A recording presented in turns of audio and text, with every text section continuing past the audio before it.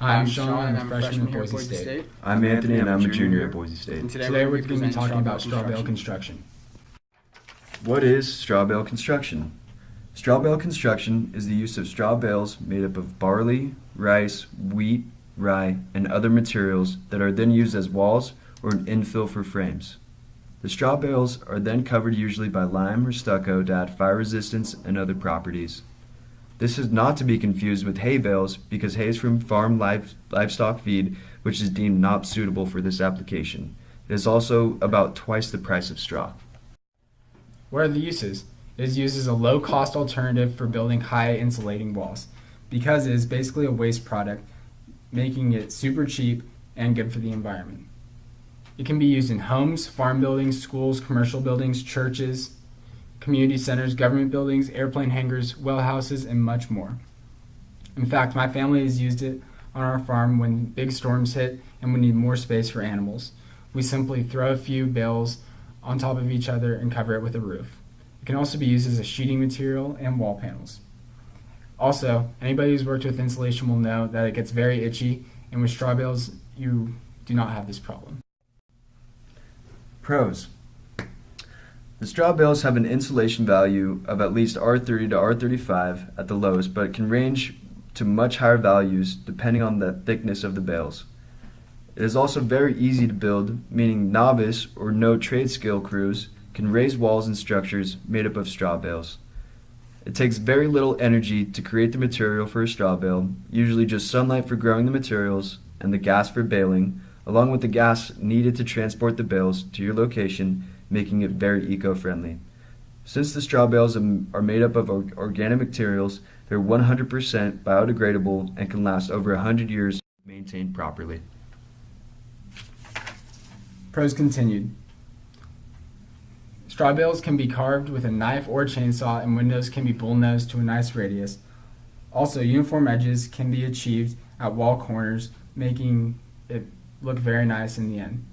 Properly constructed walls are more flame retardant than wood construction. Straw bale construction is very effective in climates that heating and cooling a home is essential for comfort because of its high insulating properties. Disadvantages. Since it is a very unusual technique, not many people are familiar with the proper way to build structures made up of straw bales. Some might find it very difficult to get plans approved, seeing that many areas don't have building codes for straw bales. They also need to be kept dry because moisture is detrimental not only to the straw but also to the other building materials. The roof above is the most common place for moisture to enter, so this must be avoided at all costs. Because the straw bales are so thick, this reduces the usage of overall square footage. Since straw bales may not be local in some areas, the cost of shipping can be extreme. How is it built?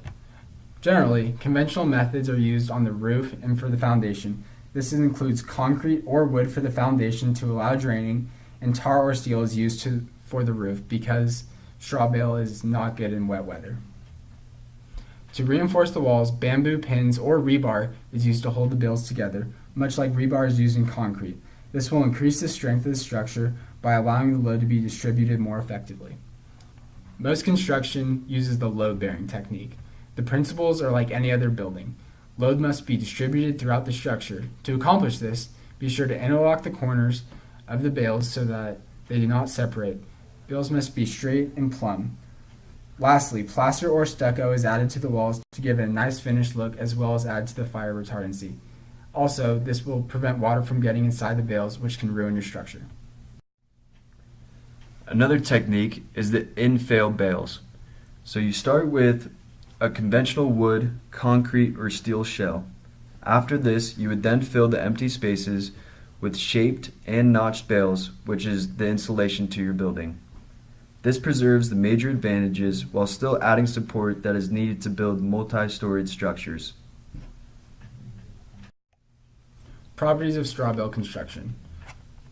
Walls made of straw bale are usually between R43 and R48.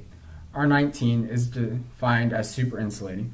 Normal insulation is R13, depending on your climate zone. This means that you can have a much better insulant for much less money. Fire resistance would seem to be an issue, but because of the tightly packed bales, oxygen is deprived so fire cannot burn. Also, the plaster or stucco added to the walls is flame resistant, which helps keep it at bay. Straw bale construction can go 35 minutes without being completely incinerated, which outdoes standard fiberglass insulation. Structural support is not straw bale's strong suit, meaning it is not recommended for use on buildings over 1 story when using load-bearing technique. However, when using the infill technique, you can create structures that are much higher with the same properties as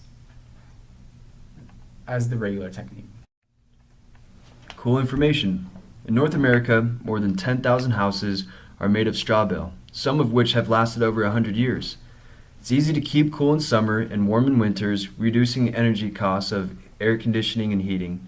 It also keeps noise out better than a brick veneer building would.